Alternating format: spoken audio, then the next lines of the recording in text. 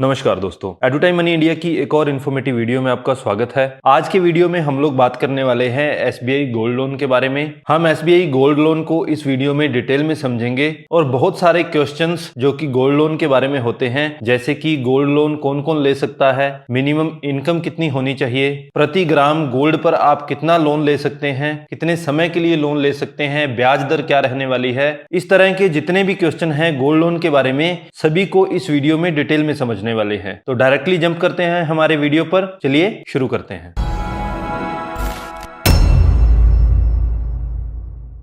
Gold loan का simply मतलब यही है कि अगर आपके पास कोई गोल्ड पड़ा हुआ है, अब ये गोल्ड ऑर्नामेंट्स की फॉर्म में हो सकता है या फिर बैंक के द्वारा जो गोल्ड कॉइन बेचे जाते हैं वो भी यहां पर आप इंक्लूड कर सकते हैं। तो इस गोल्ड के अगेंस्ट अगर आप बैंक से लोन लेने के लिए जाते हैं तो इसी को हम लोग गोल्ड लोन के नाम से जानते हैं। अब गोल्ड लोन की खास बात ये होती है कि यहां पर ये एक सिक्योर्ड लोन है, तो उसकी वजह से जो इंटरेस्ट रेट है यहां पर काफी कम रहता है। इसके अलावा आपसे कोई इनकम प्रूफ भी नहीं मांगा जाता, आपको इनकम का कोई भी एविडेंस देने की आवश्यकता नहीं है। और सिक्योर्ड लोन होने के साथ साथ यहां पर बहुत कम पेपर वर्क किया जाता है। आप जो गोल्ड बैंक में लेकर जाते हैं उसको वेरीफाई करवाया जाता है, उसकी प्योरिटी को चेक करवाया जाता है, उसके वजन को चेक करवाया जाता है। ये करवाने के बाद बैंक जो है अपना मार्जिन रखने के बाद आपको डायरेक्टली लोन दे देता है। यहां पर एक इंपॉर्टेंट चीज ये है कि ये जो गोल्ड लोन है ये दिया जाता है या तो गोल्ड ऑर्नामेंट्स के अगेंस्ट, या फिर दूसरी चीज हमने बात की जो गोल्ड कॉइन है जो बैंक सेल करता है उसके अगेंस्ट आप ये लोन ले सकते हैं। अगर किसी के पास गोल्ड बार जो है तो इसके अगेंस्ट आपको बैंक गोल्ड लोन ऑफर नहीं करता है। एलिजिबिलिटी क्या है? एलिजिबिलिटी बिल्कुल सिंपल है, बस आपकी एज 18 साल से ज्यादा होनी चाहिए और आपका जो है एक इनकम का सोर्स होना चाहिए जो कि स्टडी होना चाहिए। हालांकि इनकम की जहां तक बात है वहां पर बैंक आपसे कोई भी इनकम प्रूफ नहीं मांगता है। आपका एक स्टडी इनकम सोर्स होने का मतलब यही है कि एटलीस्ट आप इस गोल्ड लोन का इंटरेस्ट सर्व कर पाए समय पर। इसके बाद आती है लोन अमाउंट। मिनिमम आप इसमें 20,000 रुपए का लोन ले सकते हैं और मैक्सिमम की अगर हम बात करें तो आप 50 लाख रुपए तक का लोन यहां पर गोल्ड के अगेंस्ट ले सकते हैं। अब state bank of India gold loan जो है 4 तरह का ऑफर करता है। पहला तो गोल्ड लोन होता है ईएमआई बेस्ड, जहां पर आपका इंटरेस्ट और प्रिंसिपल दोनों के आधार पर ईएमआई बना दी जाती है। यहां पर अगर आप 100 रुपए का गोल्ड लेकर जाएंगे तो बैंक जो है 25 रुपए मार्जिन रख लेता है और बाकी 75 रुपए आपको लोन के रूप में दे देता है। इसके अलावा 3 प्रोडक्ट बुलेट रीपेमेंट के नाम से हैं। 3 महीनों का जो बुलेट रीपेमेंट लोन है वहां पर 30% मार्जिन है। 6 महीनों वाले बुलेट लोन पर आपको यहां भी 30% मार्जिन देना होता है और 12 मंथ्स बुलेट रीपेमेंट लोन में 35% मार्जिन होता है। अब इन चारों में फर्क क्या है ये भी हम लोग आगे देखने वाले हैं। उससे पहले जान लेते हैं कि जब हम इस लोन को लेने वाले हैं तो उस समय हमें प्रोसेसिंग फी क्या देनी पड़ेगी। तो 3 महीनों के बुलेट रीपेमेंट लोन में हमें फ्लैट 200 रुपए प्लस जीएसटी प्रोसेसिंग फी के रूप में देना होता है। 6 महीनों वाले में 300 रुपए प्लस जीएसटी देना होता है। इसके अलावा 12 मंथ्स बुलेट रीपेमेंट जो लोन है वहां पर हमारी प्रोसेसिंग फी रहती है 0.50% ऑफ लोन और मिनिमम यहां पर 500 रुपए लिया जाता है और मैक्सिमम जो है 10,000 रुपए आपसे लिए जा सकते हैं। यहां पर इन चार्जेस पर भी आप पर जीएसटी एप्लीकेबल रहता है जो कि 18% रहता है। बुलेट रीपेमेंट के बाद जो मेन ईएमआई बेस्ड लोन है उस पर प्रोसेसिंग फी रहती है आपकी 0.25% ऑफ लोन अमाउंट। यहां पर भी मिनिमम 500 रुपए आपसे लिए जाते हैं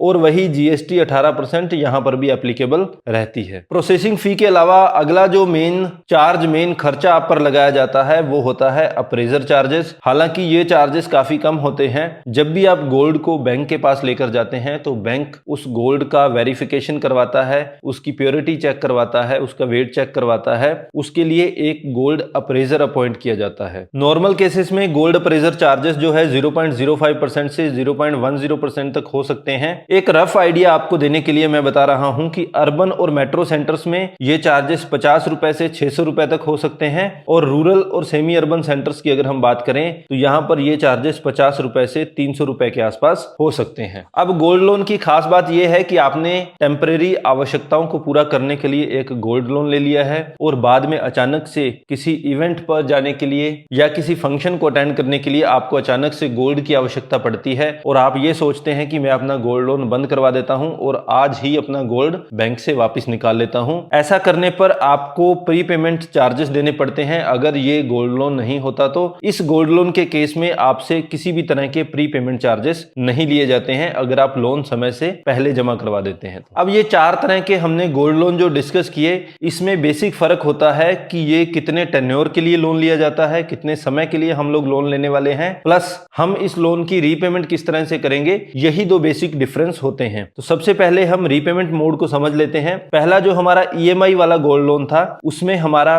प्रिंसिपल और इंटरेस्ट दोनों को मिलाकर एक मंथली ईएमआई बना दी जाती है और जिस महीने हम लोग डिसबर्समेंट लेने वाले हैं लोन की, उसके नेक्स्ट महीने से हमारी इंस्टॉलमेंट जो है वो स्टार्ट हो जाती है, यानी कि ईएमआई हमारी स्टार्ट हो जाती है। दूसरा आता है बुलेट रीपेमेंट गोल्ड लोन जो है, यहां पर आपसे लोन के दौरान आपसे कोई भी पैसा नहीं लिया जाता है। जैसे ही लोन का पूरा टेन्योर खत्म हो जाएगा, उस समय एक साथ आपसे प्रिंसिपल और इंटरेस्ट दोनों चीजों को एक साथ बैंक आपसे मांग लेता है। जैसे 3 महीनों वाला जो बुलेट रीपेमेंट गोल्ड लोन है, ये लोन 3 महीनों के लिए किया जाता है। 3 महीने तक बैंक आपसे ना तो इंटरेस्ट की डिमांड करेगा, ना आपसे प्रिंसिपल की डिमांड करेगा। 3 महीनों के बाद आपको मूल और ब्याज दोनों को मिलाकर सारा एक साथ बैंक में जमा करना है। ठीक इसी तरीके से 6 महीने वाले में भी यही होता है, आपको इंटरेस्ट और प्रिंसिपल दोनों एक साथ जमा करना होता है 6 महीनों के बाद, और इन 6 महीनों के दौरान बैंक आपसे किसी भी तरह के पैसे की मांग नहीं करता है। इसके अलावा 12 मंथ्स जो बुलेट रीपेमेंट लोन है, इसमें भी यही होता है,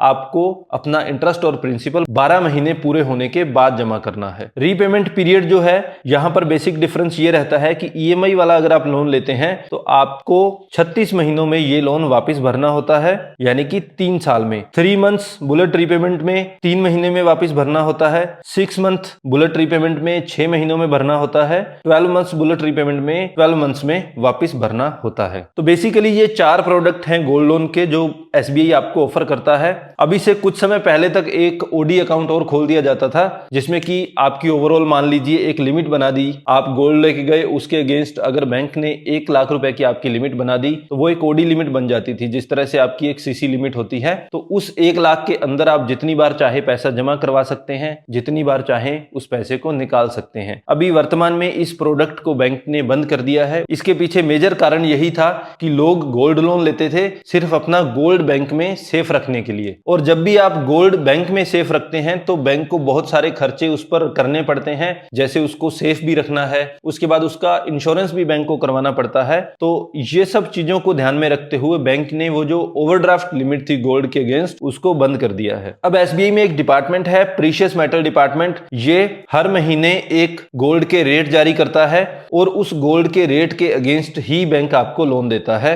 ये वाले जो रेट्स दिए जाते हैं प्रीशियस मेटल डिपार्टमेंट के द्वारा, इसमें अगर प्लस माइनस 5% का वेरिएशन अगर होता है, ऊपर नीचे होता है गोल्ड का रेट, तो उस समय ये डिपार्टमेंट फिर से नए रेट जारी करता है। इसका मेन कारण यही है कि गोल्ड के प्राइसेस को मॉनिटर करना और उसी के आधार पर बैंक का जो गोल्ड लोन का पोर्टफोलियो है उसको मैनेज करना। अब गोल्ड लोन लेने के लिए क्या क्या डॉक्यूमेंट्स आपको रिक्वायर्ड होंगे, तो सबसे पहले तो एप्लीकेशन जो है वो आपसे भरवाई जाएगी, उस पर आपकी फोटोज लगवा ली जाती हैं। आपको अपना आईडी कार्ड और एड्रेस प्रूफ लेकर जाना है। आप इन जनरल आधार कार्ड और पैन कार्ड लेकर जा सकते हैं, voter ID, driving licence, passport, ये सारे डॉक्यूमेंट आप लेकर जा सकते हैं। अगर कोई इलिटरेट कस्टमर है तो एक विटनेस लेटर लगता है, वो भी आपको साथ में लेकर जाना है। जब आपको ये लोन डिसबर्स किया जाता है तो उस समय बैंक आपसे एक डीपी डिलीवरी नोट भरवाता है, और इसके अलावा एक रहता है gold ornament take delivery letter, ये भी आपको दिया जाता है। बैंक और आपके बीच में जो लोन का एग्रीमेंट होगा उसके लिए एक अरेंजमेंट लेटर भी आपसे भरवाया जाता है। वर्तमान में इंटरेस्ट रेट क्या चल रहा है अगर उसकी बात करें तो ईएमआई बेस्ड जो गोल्ड लोन है वहां पर आपको अभी देना होता है 9.90% interest rate. 12 months bullet repayment loan है, वहां पर आपका इंटरेस्ट रेट रहने वाला है 9.15%। 3 मंथ्स बुलेट रीपेमेंट लोन में सबसे कम इंटरेस्ट रेट आपको लगाया जाता है, यहां पर ये रहता है 8.75%। 6 मंथ्स बुलेट रीपेमेंट लोन में ये इंटरेस्ट रेट रहता है 8.90%। अगर किसी वजह से आप समय पर अपना पैसा जमा नहीं करवा सकते तो जितनी भी ओवरड्यू अमाउंट रहेगी, जितनी भी इरेगुलर अमाउंट रहेगी, उस पर आपको 2% जो है पेनल्टी बैंक लगा सकता है। अब मान लीजिए आपके गोल्ड लोन का समय पूरा हो चुका है और लिमिट एक्सपायर हो चुकी है, तो लिमिट एक्सपायर होने के 30 दिन के बाद आपसे बैंक उस गोल्ड को सेफ रखने के चार्जेस वसूल करना शुरू कर देता है। ये 100 रुपए पर डे से स्टार्ट हो जाते हैं। आप अपना जो गोल्ड बैंक में डिपॉजिट करवाएंगे, बैंक जो है उसका इंश्योरेंस करवा के रखता है ताकि किसी भी मिस हैपनिंग के केस में उस गोल्ड की जो वैल्यू है उसका नुकसान नहीं हो। ये जो इंश्योरेंस है इसका खर्चा भी बैंक के द्वारा ही दिया जाता है। एक समय में आप मैक्सिमम 3 गोल्ड लोन ले सकते हैं, लेकिन यहां पर जो ओवरऑल सीलिंग है मैक्सिमम गोल्ड लोन की 50 लाख रुपए, उससे ज्यादा आप नहीं जा सकते हैं। तो ये था एक detailed analysis SBI gold loan के बारे में। अगर आपकी गोल्ड लोन के बारे में कोई भी क्वेरी हो तो आप हमसे कमेंट बॉक्स में पूछ सकते हैं या डिस्क्रिप्शन बॉक्स में दिए गए लिंक्स का प्रयोग करके आप हमसे डायरेक्टली कॉन्टेक्ट कर सकते हैं। For more such informative videos, please do like and share the video and don't forget to subscribe the channel. Thank you so much.